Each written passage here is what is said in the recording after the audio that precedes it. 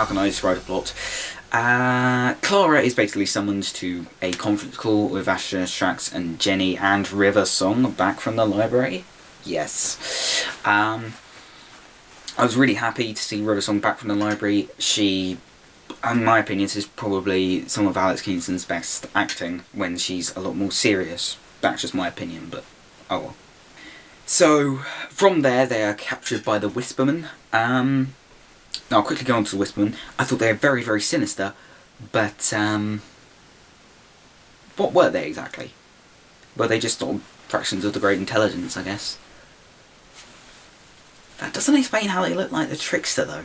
So, yeah, they get kidnapped by the Whispermen and Dr. Simeon, aka the Great Intelligence, who wants to break into the Doctor's tomb to ruin his entire timeline. However, Clara must step up and go into the Doctor's timeline to save him. And if you do this, you are splintered throughout all of time and space.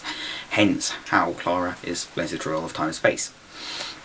So the Doctor has to go in to save her, and presumably he does. But the cliffhanger at the end was unpredictable, but I just thought that was stunningly done. Matt Smith was perfect as the Doctor. I just thought he blew me away with his performance throughout it. Richard E. Grant was surprisingly a lot menacing, just really, really good, and the idea that he is part of Clara's big story arc was fantastically realised. I'm really glad about this. I'm not sure how this fits into the Web of Fear Abominable Snowmen. I've only seen episode 1 of Web of Fear, and I haven't seen anything of the Abominable Snowmen. And Jenna-Louise Coleman did a brilliant job. I mean, this episode really got me engaged, and the character that hasn't really gotten to me yet was Vashta, played by Neve McIntosh. She was brilliant in this, I thought. I have to admit, just her acting, where she cares for Jenny and for Strax and for the Doctor and for everyone, is just brilliant. Dan Starkey does a great run of Strax. He gets a few one-liners in that are brilliant, like Clara says to River Song, "I thought you were a man," something like that. And Strax goes, "Well, so did I." That probably was the funniest bit of the episode for me. Jenny was very, very, very good. Catrin Stewart did, I think that's how you pronounce her name. Catrin Stewart did a great job. The whole tomb, the Trenzalore thing was amazing. I was a bit surprised that the Silence didn't turn up, but does that mean the Silence are actually the good guys in all this? But anyway, the sets were phenomenal. I thought they were really well designed. The TARDIS, I would have designed a new TARDIS myself, but maybe this is linking into something they want to do in the future of the show. I mean, there's so many stuff that you've got to sort of wait onwards for this. The explanation for Clara, the fact that she went to save the Doctor, that was the whole thing. She was the impossible girl that saved the Doctor, and she was putting through all time and space. As soon as Dr. Simeon, or Intelligence, said that, I was like, that is how Clara is splintered over all of time and space. Just the visual effects in this episode were stunning. It was nice to go to yet another alien world this series, to Trenzalore. Of course, we knew it was going to happen at some point, but you know, this series we've had a lot more varied locations. Yeah, the clever idea of the Doctor's tomb and everything was just brilliant.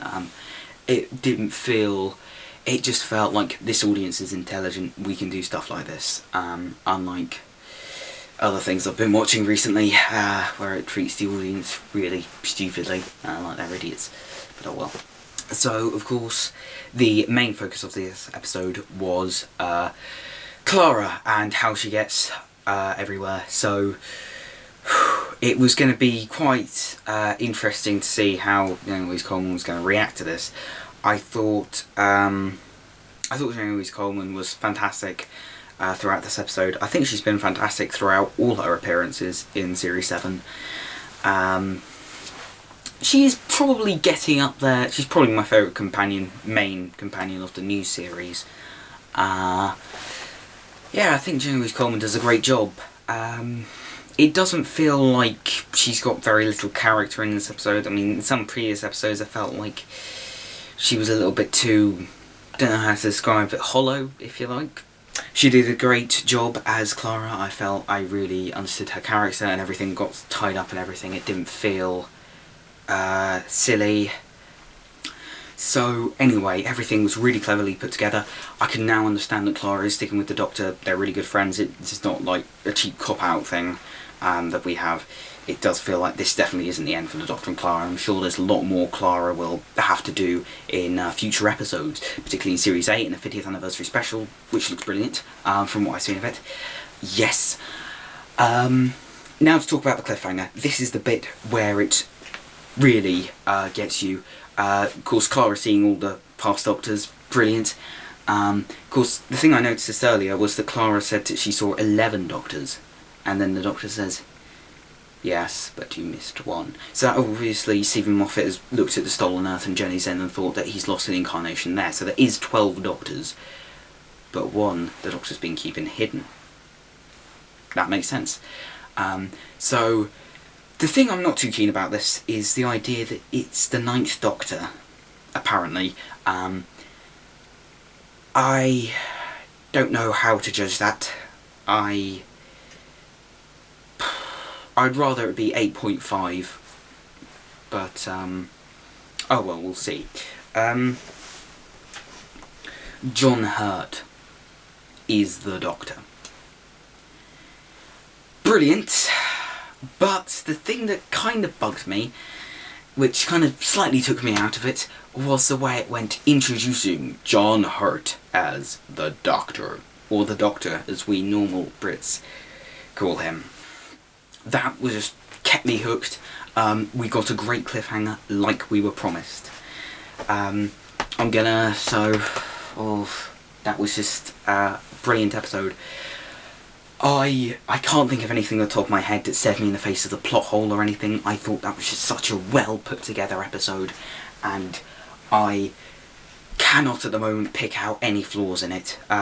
Maybe, I suspect I'll be doing a review with Joe, maybe I'll pick out a couple of flaws in that there, but, you know, the stuff I picked out is just like my own thoughts on it. It nodded to as much as Doctor Who as I've ever seen. In Doctor Who, live anyway. I just am looking forward to the 50th anniversary special in November. Anyway, Doctor Who, overall this has been a fantastic series. Overall this was a brilliant episode. Brilliant. The music cues, a couple of ones I really recognise that stared me in the face. The visual effects, the direction by Saul Metzstein, I think that's how you pronounce his name, was brilliant. Overall, I've got to give this episode a 10 out of 10.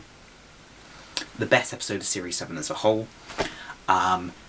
Kept me engaged in the story. I was left guessing at the end, and that is how I like it.